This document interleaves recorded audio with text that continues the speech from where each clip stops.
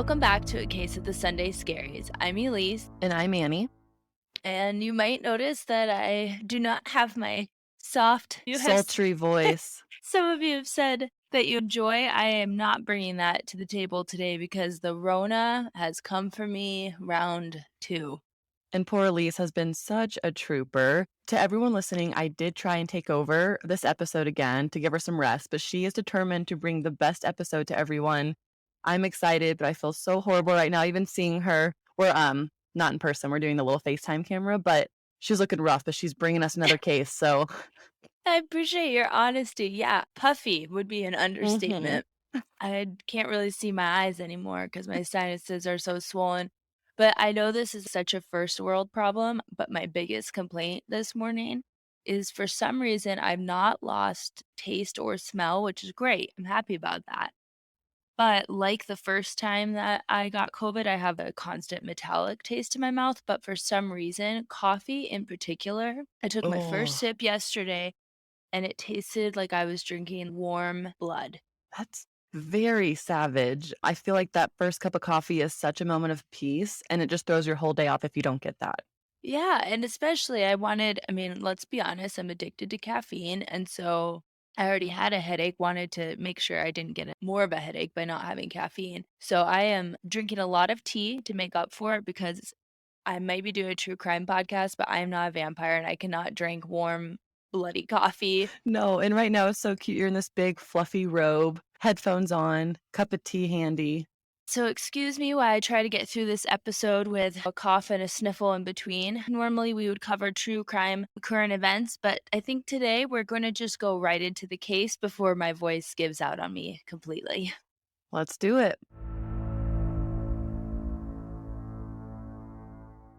I first heard about today's case by watching one of my favorite YouTubers, Bailey Sarian. I know I've told Annie a lot about her. Oh, yes. I'm a super fan. She covered this case in her murder, mystery, and makeup series, which, if you haven't checked it out, you guys, I will absolutely link her channel in our show notes. It's an amazing series for crime lovers or just makeup lovers where she does her makeup while she's telling a true crime case. I don't know how she does it, Talk but about I some would. talent.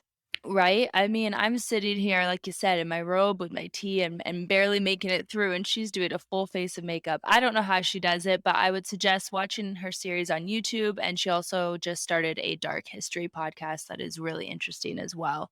But what caught my attention about this case in particular was that she said that cosmetics were being used to poison a lot of men during the 1600s. And maybe many of our listeners don't know this about me, but I spent most of my adult life working as a makeup artist and a makeup educator. So immediately I was intrigued. I remember back in, was it February? We got together at that restaurant because we were kind of doing our first introductions, talking about the podcast, and you brought up how badly that you wanted to do this case. And I have never heard of this. I'm so excited. Yes, I'm so excited too because it kind of aligns with your history and your background. I know you're a big makeup gal. You've done my makeup and you've done an amazing job. So I'm curious how makeup ties into a murder, but I'm ready for it. Well, researching this case led me down some wild historical searches, and I gotta say, having COVID brain fog and going on some of these searches was quite a wild ride. But I'm gonna do my best to stay on topic. But before I begin, I need to be clear that there is a lot of different folklore and variations of the story surrounding this case. I did my best to compile information using multiple sources and just kind of taking the parts that overlapped on multiple sources, but since today we are traveling back to the 1600s, you can imagine I couldn't really fact check it with anyone. No, it's hard enough to get stuff from the 70s and 80s, let alone the 1600s. Like, what were they writing their articles on? Like a scribe? Right. There's not, I can't pull up the newspaper articles from back then. So here's what we know. Giuliana Tofana and her crew were suspected of killing, are you ready for it, Annie? I don't know. Over 600 men. Whoa. Six. Yeah. So he's a serial killer. Yeah. In fact, she would be the most prolific female serial killer in recorded history. And the most unknown. Like, I've never heard about her. All right, well, let's set the scene. We're going to go back to the 1600s in Europe. We're headed into the Age of Enlightenment, a time where philosophers in Europe were questioning traditional authority, kind of questioning all those royals and what they've been up to for years. creating numerous inventions, scientific discoveries, and new laws, which all sound great, right? Hmm. Yeah, arguably all wonderful things, but if you're a woman, well, not much has changed in your favor.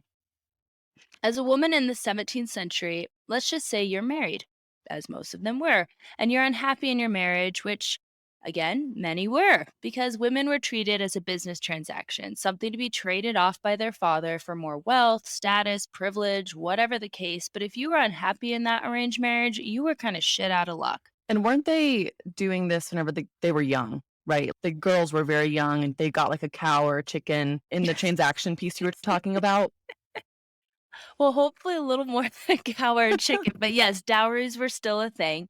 But in my reading, it seemed like many of the wealthy and aristocratic families married their female children off as early as 12 years old. Wow. And I hate to use this term, but even in the lower class, their words, not mine, Hmm. most marriages were still arranged, but many of the women were married off in their late teens, early 20s. In today's world, if you're in an abusive relationship or unhappy for any reason, you can file for divorce.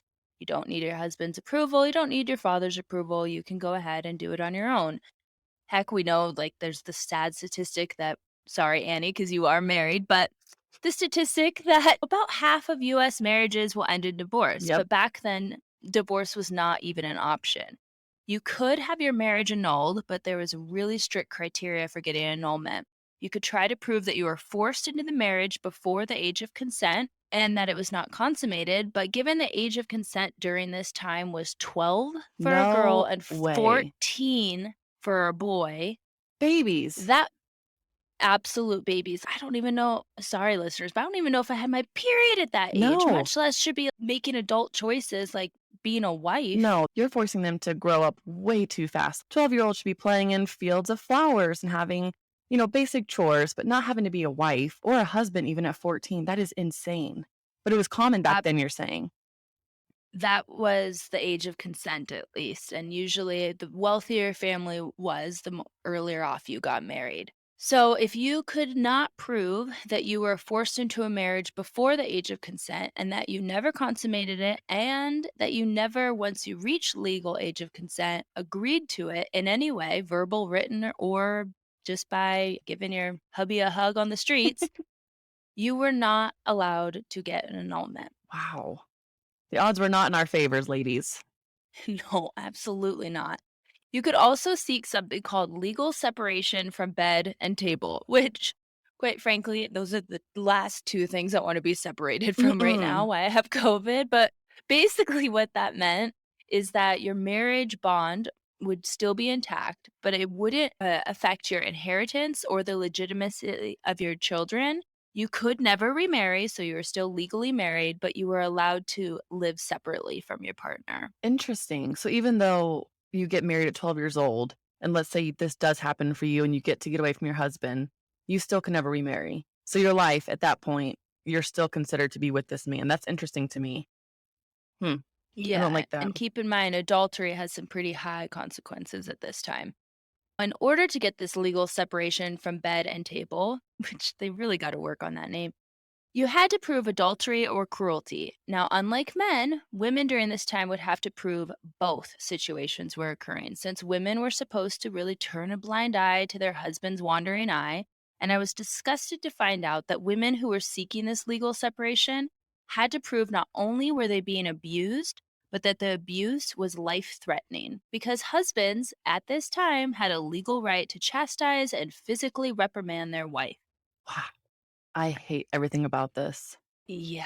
So obviously, it was quite hard to acquire this type of separation, especially when the people that you're filing the appeal to most likely were all men.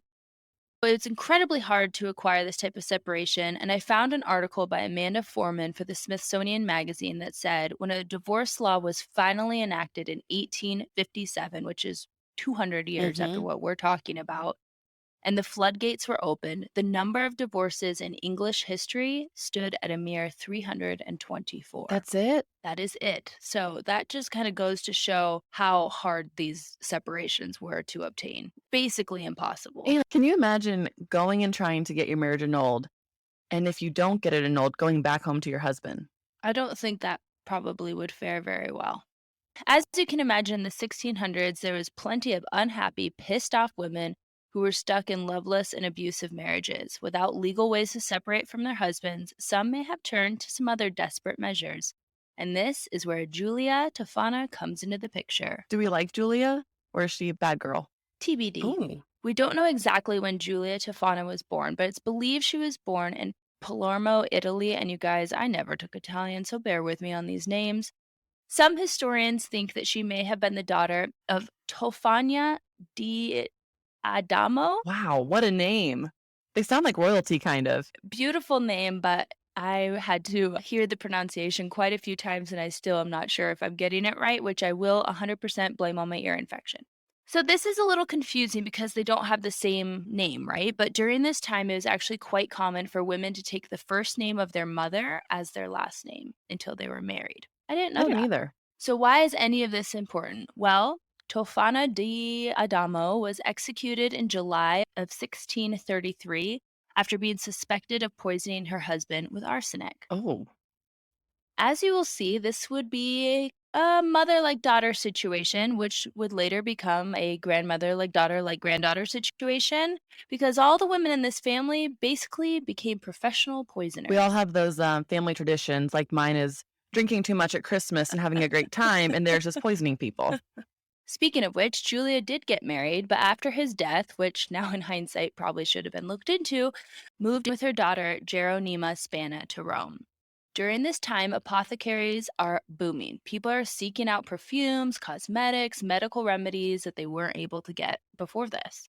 The makeup artist in me needs to geek out here a little bit and give you a history about how two specific ingredients were widely used at this time in cosmetics. Belladonna, which you might have heard before, is an extract made from the nightshade berries. It was mixed with water to create eye drops that would dilute the pupils. Now, this apparently would give women a look of soft, seductive eyes. If you've ever read a romance novel and they're like, and his eyes grew dark with desire, that was the look they were going for. That's really cool. And today we use Lumify.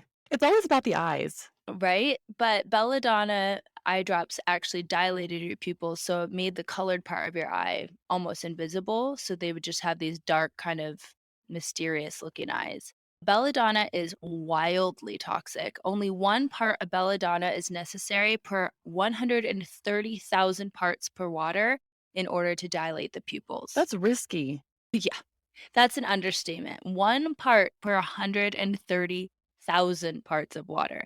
This would cause immediate blurred vision. So they're willingly doing this to their eyes to get that sultry look. Apparently so. If they did this for an extended period of time, they could lose their eyesight altogether. But, beauty is pain. And we women do some crazy things in the name of beauty. The other product I need to talk about is lead.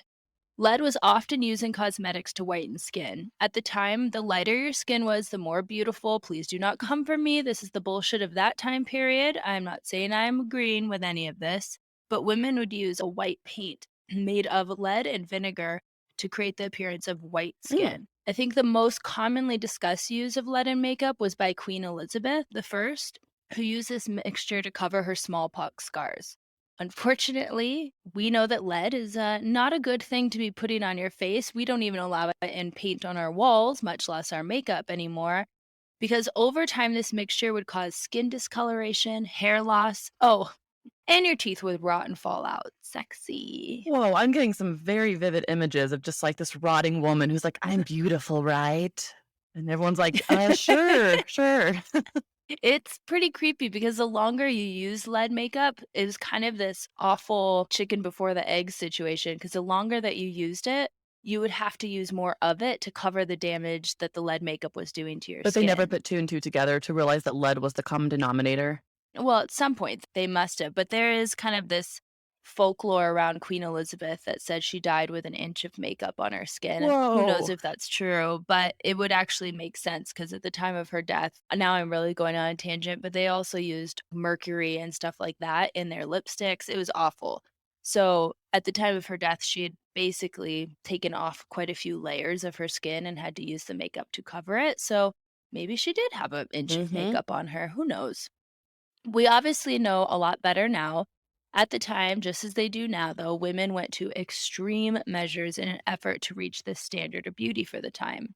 Belladonna and lead were commonly used ingredients for many different cosmetic purposes, like we talked about, but mixed with arsenic, they created the poison aqua tofana. If you watch Bailey Sarian's video, you will understand why I have the sudden urge to whisper aqua tofana. But if you haven't, that would just be creepy, so I will just call it aqua That's a fun tofana. name. Aqua Tofana? Reminds me of Aquafina water bottles. It's unclear if Julia came up with this mixture herself or if perhaps the secret recipe was passed down by her mother before her execution. But either way, it is Julia who will go down in history as its maker and its biggest seller.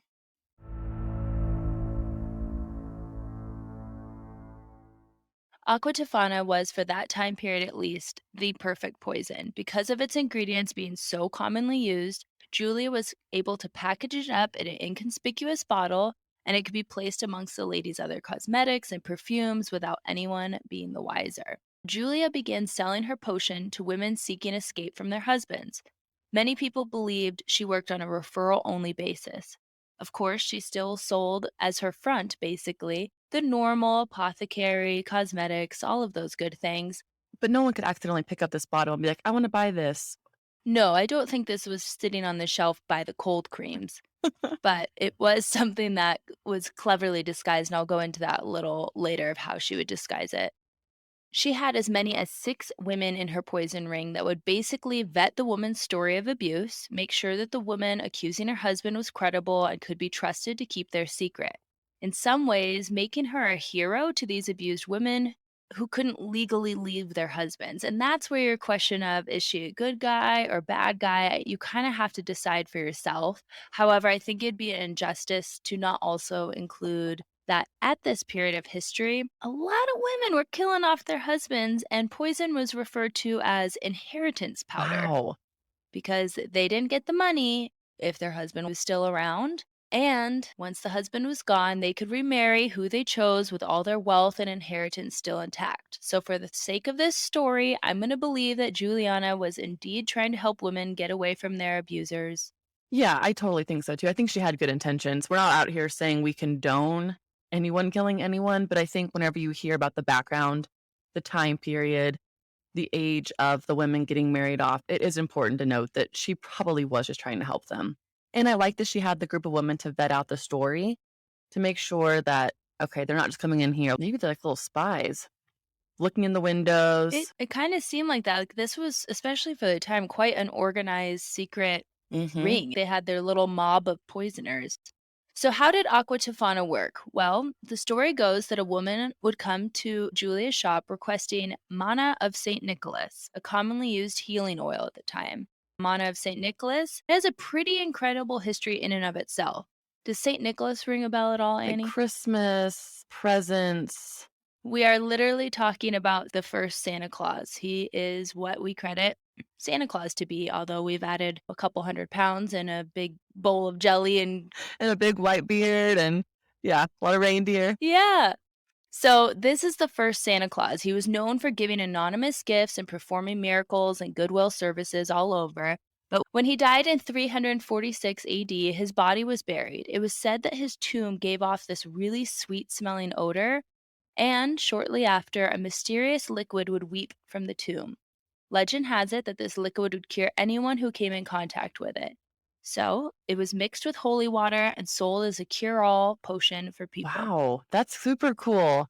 Fun fact, this actually has some legitimacy because in 1953 they had the remains moved during the restoration of the basilica, and when they opened his tomb, his bones indeed were in a pool of shallow liquid. When they returned his body in 1957, they continued to weep this manna. That's super cool. Maybe he was magical. I don't know if he cured anything. There's a lot of speculation about if this is just water that's somehow being seeped into his tomb or not. But I've never heard of a body giving off a fragrant, sweet smelling odor after it Mm-mm. dies. So who knows? Maybe Saint Nick is magical, like you said. However, Julia was not selling this tomb oil. She was using its popularity as a cover for what was really inside her bottles, labeled as Manna of St. Nicholas, Aqua Tofana. With Julia's guidance, women would take this potion home with them, cleverly disguised as just another cosmetic thing a lady had on her nightstand. And I don't know about your vanity, but I am picturing the amount of skincare and makeup products I've displayed on mine. And my imaginary boyfriend, if he were to walk into my room, there is no way without reading all the labels, he would know what any of them did. My husband gets very overwhelmed looking at all the stuff I put on my face. And yeah, sometimes he does kinda dive in. He's like, "Can I try that on my face? Like, is it moisturizing?" I'm like, "Come here. Give me your face with all my little potions." She's kinda like a little marketer. I'm sure this was a really pretty little bottle that just blended right in. Little did these husbands know, there's something bad in there. There is a portrait of one of these bottles actually that was done. Obviously, they didn't have photographs at the time. And it almost looks like you would expect a bottle of holy water to look. Really, you're not going to suspect that a bottle that looks like it's used maybe for cosmetic or religious purposes and has something to do with Santa Claus is really poison. They would then just put a drop into their hubby's food or drink. Remember, it's odorless, it's tasteless, so he would have no idea his food had been poisoned. And the first dose would give you like flu like symptoms, kind of like I'm Mhm. feeling right now, cough, runny nose, stomach ache. But that is when her plan would really go up a gear. She instructed the woman at this point to call the doctor, playing the doting wife card to her advantage. Who would suspect the wife was the cause of the symptoms that she is calling the doctor for? So in doctor comes, oh, it's just a cold. Probably give you a little tincture that was popular at the time.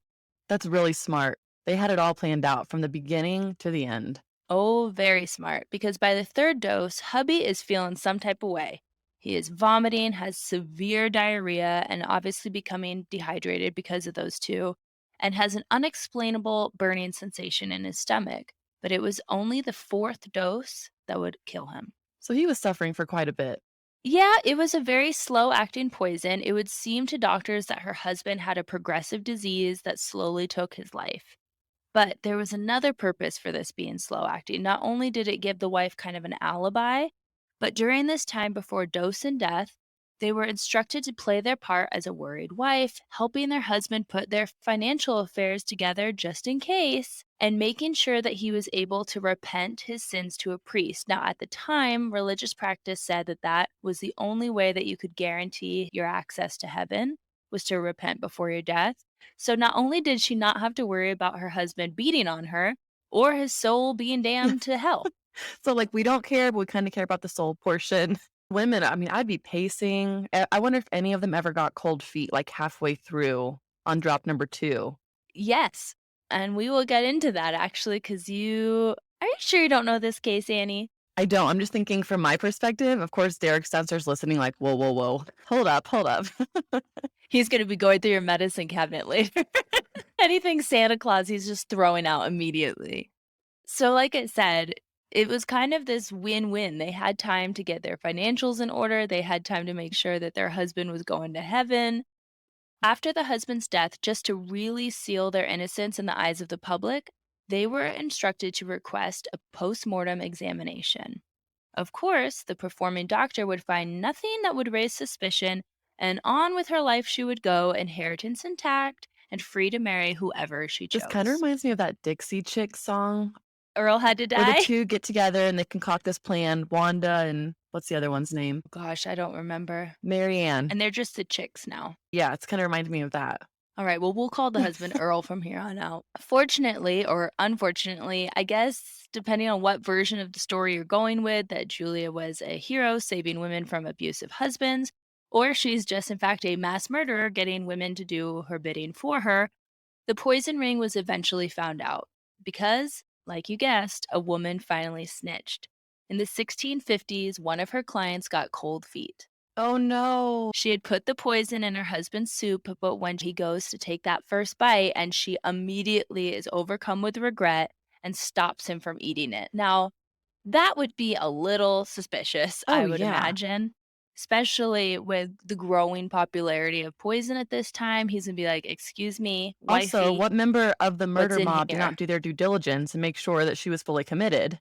That's who I blame. Well, you're gonna find that part out too. This obviously was more than a little suspicious to her husband, who pressed his wife for the truth, probably with some force that was legally allowed to him at the time, and she cracked. She told the truth that she had put the poison in his soup and also told him where she got that poison. He turned his wife and her accomplices over to the papal authorities. She named Giovanna di Grandes as who she purchased the poison from, and on January 31st, 1659, the poison dealer Giovanna de Grandes was arrested and she sang like a canary and snitched on the entire Wow. operation. They had gone on for years doing this, and finally, just one person's cold feet got them all found out. Now, this is where the story gets a little muddy. There's a ton of different stories around Julia's fate, but we have record of her daughter Jeronima's fate. Remember, she had become very active in her mother's deadly business. In fact, most people credit her with running the operational side of things at this point in her capture. She was arrested on the 2nd of February, 1950, not 1959, 1659. Time Apparently, she traveler. is a time traveler.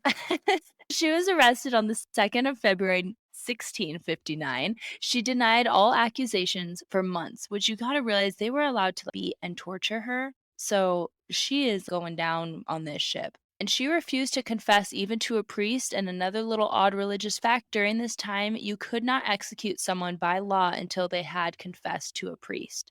That is interesting. I wonder why. Was it back to like the soul portion, going to heaven? I'm not sure. It didn't really say, but I would imagine like they're washing their hands of the sin of the execution because they're putting her soul in God's hands, would be my guess. But after months of torture and interrogations, even having her accomplices and clients confront her publicly in the courtroom, she finally confessed on June 20th. In her statement of guilt, she is quoted as saying, "I've given this liquid to more people than I've got hairs on my head."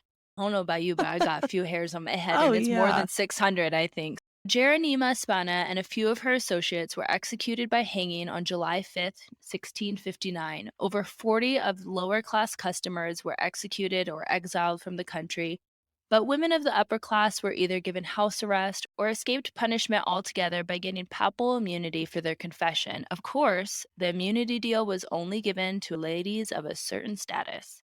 So, what about the mama? Remember, Julia, the one that kind of started all of this?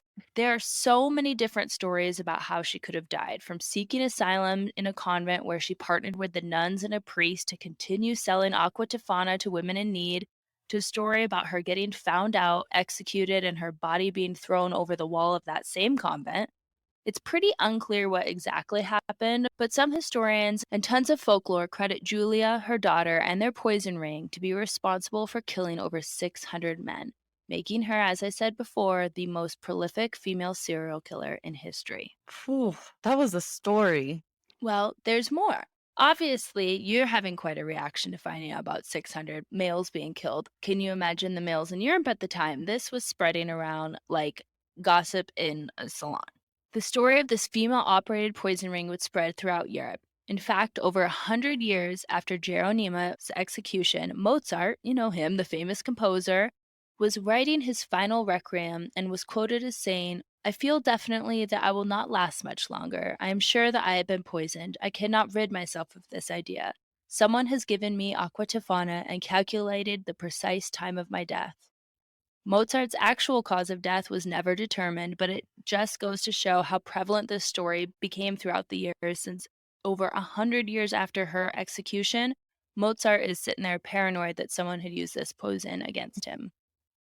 It almost makes me think that she continued doing this and she had more women come work underneath her, and it kept going even though the general public was probably a little bit relieved. "Okay, this is done. We're good. We can move on. We can look at that little Santa Claus, that little vial, and not be worried about it."